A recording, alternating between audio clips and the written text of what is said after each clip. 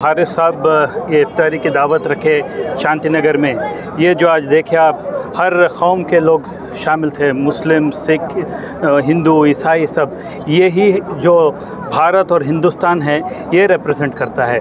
और अब आज के माहौल में ये और ज़्यादा ऐसे प्रोग्राम्स होने चाहिए, ऐसे इफ्तार पार्टीज होने जो सिर्फ मुसलमानों के लिए ही नहीं, सारे कौमें साथ आके एक भाईचारा के साथ कोई भी त्यौहार या ईद या फेस्टिवल सेलिब्रेट कर सकें। क्योंकि आप लोग देख रहे हैं इंडिया में क्या हो रहा है, जो माहौल करने की कोशिश की जा रही है।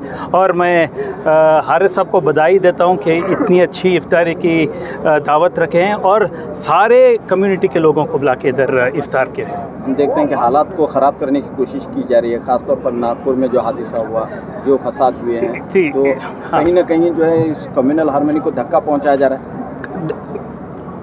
जा रहा है और पहुंचाने की पूरी कोशिश हो रही है।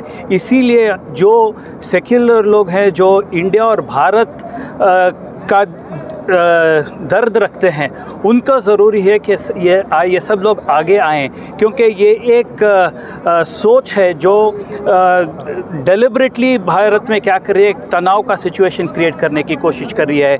और जो मुद्दे रेलेवेंट नहीं हैं वो मुद्दे लाने, क्योंकि जो रूलिंग डिस्पेंशन है, इकॉनमी के बारे में बात नहीं करेंगे, जॉब्स के बारे में बात नहीं करेंगे, जो इकोनॉमिक स्टेटस हुआ है देश में, सो ये सब भड़काने की चीज़ है और अटेंशन डाइवर्ट करने की चीज़ है।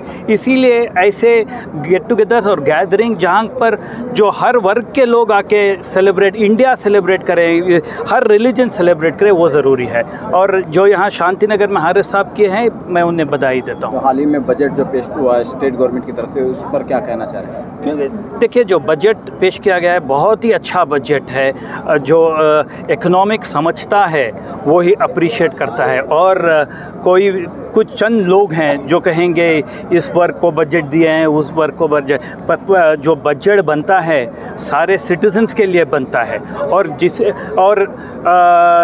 जो बीजेपी कम्युनलाइज करने की कोशिश करती है बजट, उन बीजेपी के सांसद खुद कन्विंस नहीं हैं और प्राइवेट में बीजेपी के सांसद भी ये बजट को अप्रिशिएट कर रहे हैं।